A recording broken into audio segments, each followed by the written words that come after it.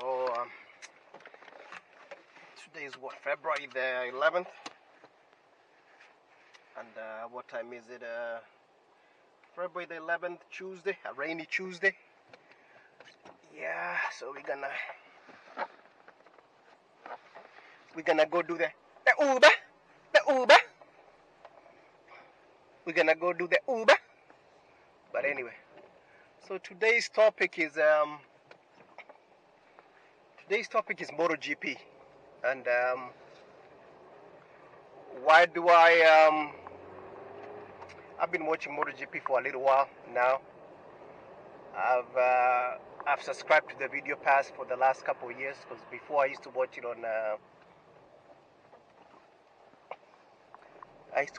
Bean Sports, and that used to be a repeat coming at they would have a repeat at night, and so I got tired of that, so I actually now subscribe to Video Pass, and I've been subscribing to Video Pass now for a couple of years. And other than being expensive, which it is, it's extremely expensive, because it's like 140 something euros, and then you convert it to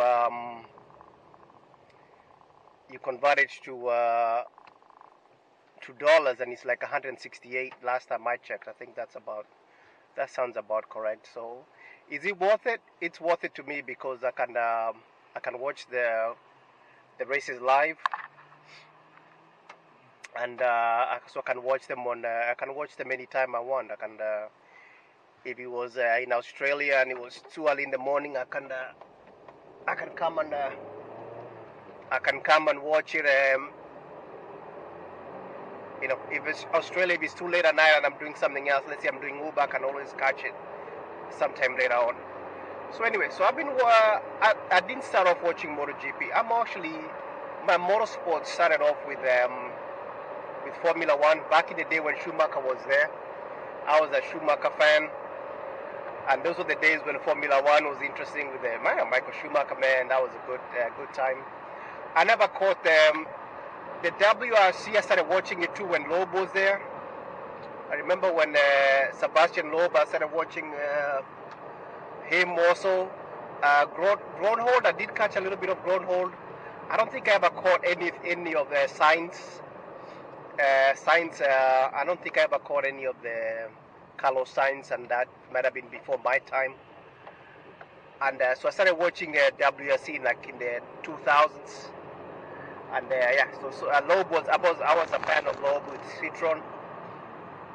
I mean, that was always, I was a big fan of Loeb. So anyway, yeah, so you have Formula One, you got the WRC, and really, motorcycles, I only started watching Motogp after I got my motorcycle. I've always been a car fan before I became a motorcycle fan.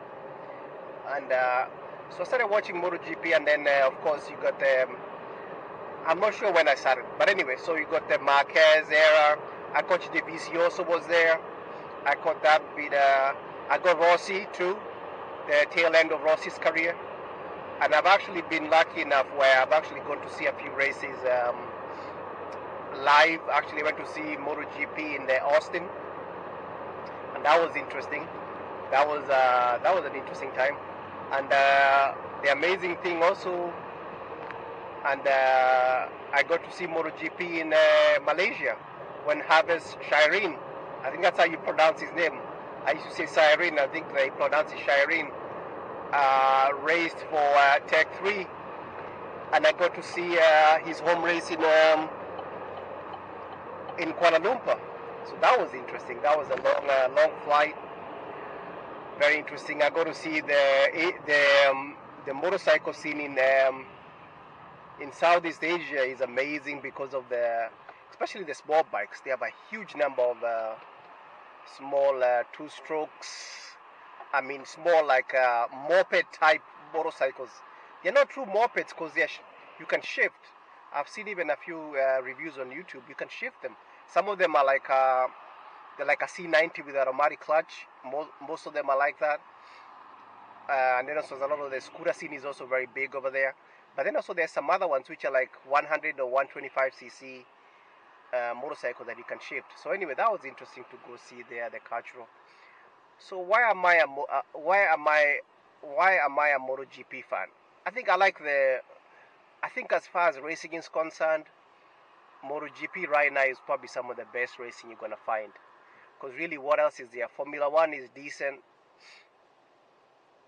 Formula One is doing, but I don't keep up with even the series they've been talking about on Netflix.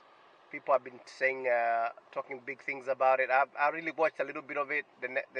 The series is better than the racing, because the racing really, I find there is barely any overtaking in Formula One, and I give those guys credit, because even overtaking with a Formula One car, I don't even know how they do it. The WRC, I follow it a little bit, but even now the WRC only has what? Two competitors only. You only have Toyota and Hyundai. Kind of sucks. I wish there was more competitors in there to make it way more competitive, because really that is sad actually. Ford can barely compete. I mean, so Ford can barely compete. So that kind of sucks. So yeah, Ford is. I mean, I'm an M Sport fan though, because I root for the underdog. So anyway, other than as far as competitive driving is concerned, the MotoGP is where it's at. And so who have I been rooting for the last couple of years? I root for Marquez, but I'm really not a Marquez fan. I'm not in any camp as far as any. I like Marquez. I like his style. And actually, my favorite rider of them all is Alex Rins. I like Alex Rins. I like his laid back, kind of plagued by injuries of late. I remember in Silverstone when he beat Marquez by going around him. That was an amazing ride. I mean, that was amazing. When he actually mistook the last lap and he thought actually he miscounted, like an Espargaro kind of thing, where he actually thought the race was over with, and then he had to catch up and overtook him on the last corner, I think, where he went around Marquez. That was amazing. But as far as I don't belong to any camp. I don't take any sides. Really, it's so stupid. I think to me, the West, we have become so late. So we are so comfortable. People just pick fights for no reason at all. You're picking Rossi. As far as Rossi is probably the best rider right now, because Rossi is a better rider than Marquez. I mean, there's not even any argument, because Rossi was a boy riding with men. He rode in the 500 500cc era, and then all the way. So Rossi is much better than Marquez. But he's really, there's not even need to compare. So it's just this stupid. To me, it's so stupid. I think it's, like I said, I prefer Marquez over Rossi, not for any particular reason. I just don't. I think Rossi got too many hangers on. That's never been my style. But like I said, all these people are companies, so Rossi's a company, so so that's a whole company. That's an individual who's a company, so he has a whole group of people around him. So it is what it is. And some of these things could be cultural, like now me living in the U.S., where this is not a social society. When I see Rossi hang around with his buddies and everybody all the time, I'm always wonder, do those people get tired of having people around them? But like I said, those are cultural things, meaning those are more social societies where somebody can have his buddies around him and he doesn't feel like they inflict on his sense of space. Like I said, me coming from the U.S., hanging around my friends all the time. My goodness me, I'll get tired, because, like I said, having grown up, having lived here for a period of time, you have learned just to be by yourself. And anyway, that's an individual thing. So anyway, like I said, that's why me and Rossi. I look at Rossi. I don't get it. I don't get that whole thing with him and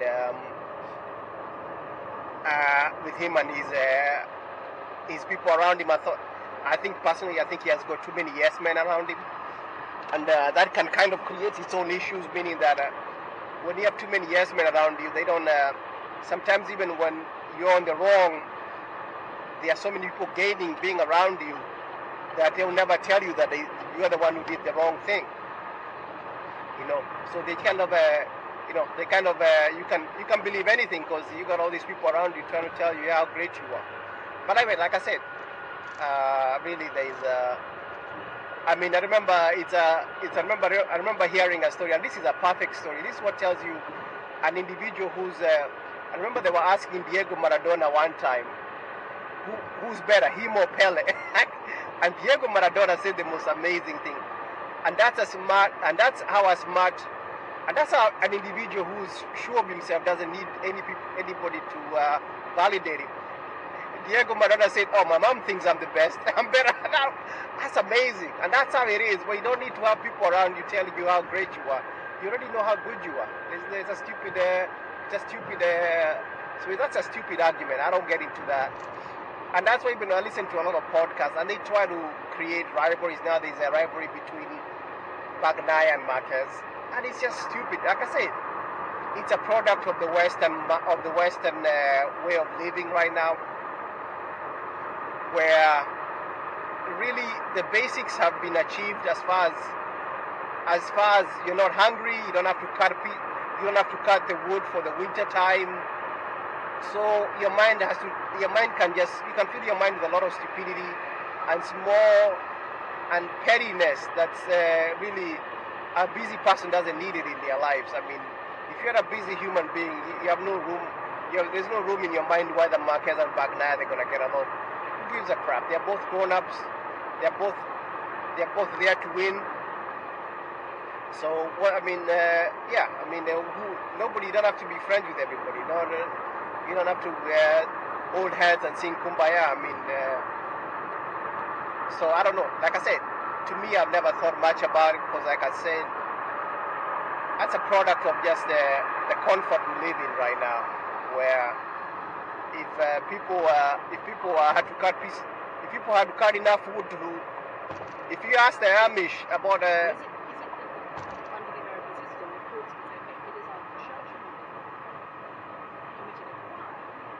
my podcast is starting by itself. What is going on here?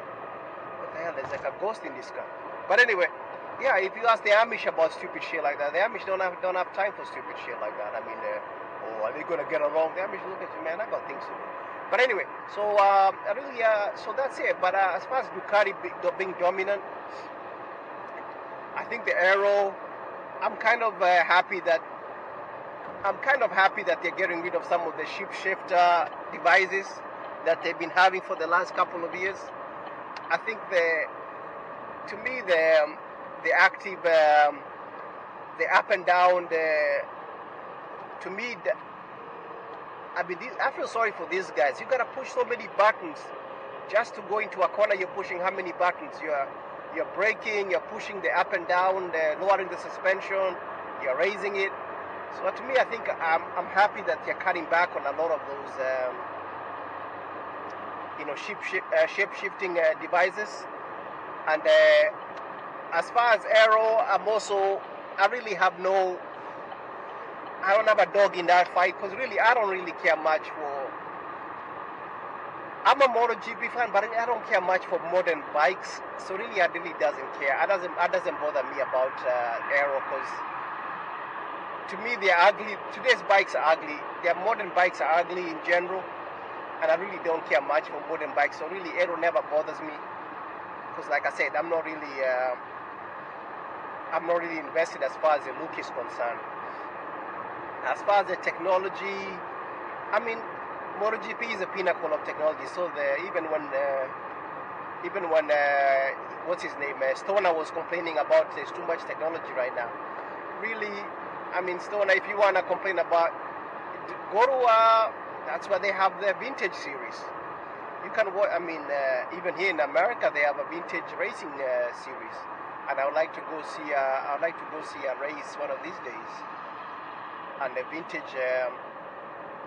So you can't really complain about technology, traction control, and all those things. When you're pushing in the region of 300, what choice do they have? and really, so I mean, you can watch Superbike. There's less technology in Superbike, and Superbike has been, as a series, has been doing even more competitive than MotoGP, and the video pass is much cheaper. I mean, Superbike with Toprak. I mean, to me, the best rider right now is not even in the MotoGP. The best rider in the world right now is Toprak, hands down, better than all of them by far. So really, so like I said, I'm really not. That's not something that really concerns me as far as technology is concerned. Because like I said, it is a pinnacle. It is a pinnacle of motorsports in as far as two-wheel is concerned, and yeah, so that one doesn't. These guys, I mean, it is maybe it is too much technology. Maybe it is. I'm not sure. What to think about it, and I'm not sure about the new regulations coming on, whether they're gonna be good or bad. I don't know why they switched to 800. What difference would that make? To me, it doesn't make much difference. It feels like now they're outracing some of the racetracks. It is true, and yeah, I mean they're probably too powerful for the racetrack as far as even having to modify those tracks where you have to move these air cushions and all that. And but even now, the risk is so high. Even when we have had deaths even in the Moto2 division. And even the Moto3 riders getting into an accident and passing away. So I don't know what can be done as far as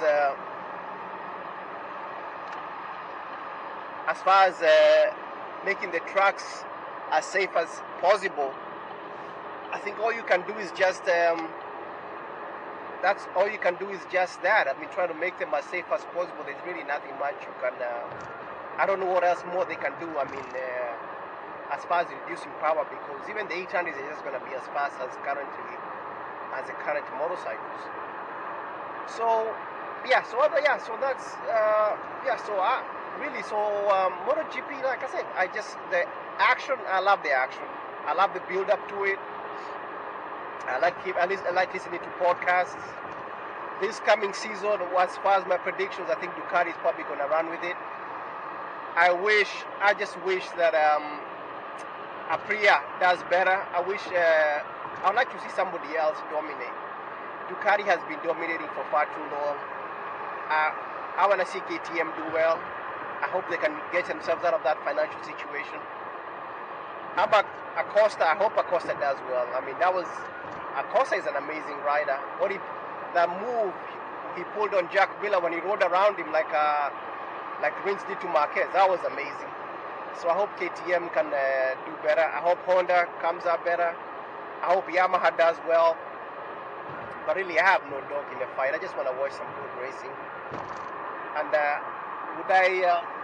would like Marquez to win another one. I would love Marquez to win another, a ninth championship. I would love that. That would be interesting. So I like to see what it is, but like I said, I don't really have any dog in the fight as far as anybody really I'm rooting for. I just want to see some good racing and enjoy it. And a video pass this year is going to be expensive. I'm even dreading to think about it, and thank God earlier on I went there and cancelled my video pass. I didn't want it to renew. Because that's a lot of money. Oh my God, things have become so tough right now that I don't know whether it's even, it's very tough. It's very tough now. But then it's just one of those sacrifices you have to make. Even if you have to put it on your credit card and just let it sit there, what can you do? Because I'd hate to miss any MotoGP racing. So I have really no choice but to get video pass. But it's become so expensive though. Yeah, so that's my MotoGP. Like I said, I recommend MotoGP to everybody. Like I said, it is expensive. It is a little bit expensive. As far as it might be a bit expensive, but really, like everything else, if you love something, it's a sacrifice. It's all a sacrifice if you love something. yeah, it's all a sacrifice. So you just have to do what you gotta do, and yeah, and pay for it. So yeah, that's my, like I said, I'm a MotoGP fan. I hope the series can continue as it is, and like I said, I ignore most of the noise. I hear people have to have something to talk about, but me personally, I ignore. Excuse me, I ignore a lot of the noise, and just concentrate on watching the racing. I enjoy the racing. I enjoy the people around them. I enjoy the personalities. You know, you got some. I can. The rookies coming in. I'm a some young some young champer. I don't know how to pronounce his name. I'm his fan. Agura. I'm also. I want the Americans to do well, because actually they had a launch in Charlotte. I wish I had the invitation to go see it. I want them to do well. I want what is what this guy's called? Yeah, this American team. I want it to do well, and cause yeah, that would increase the popularity of the series. I hope we should get an American on there. Maybe OnlyFans.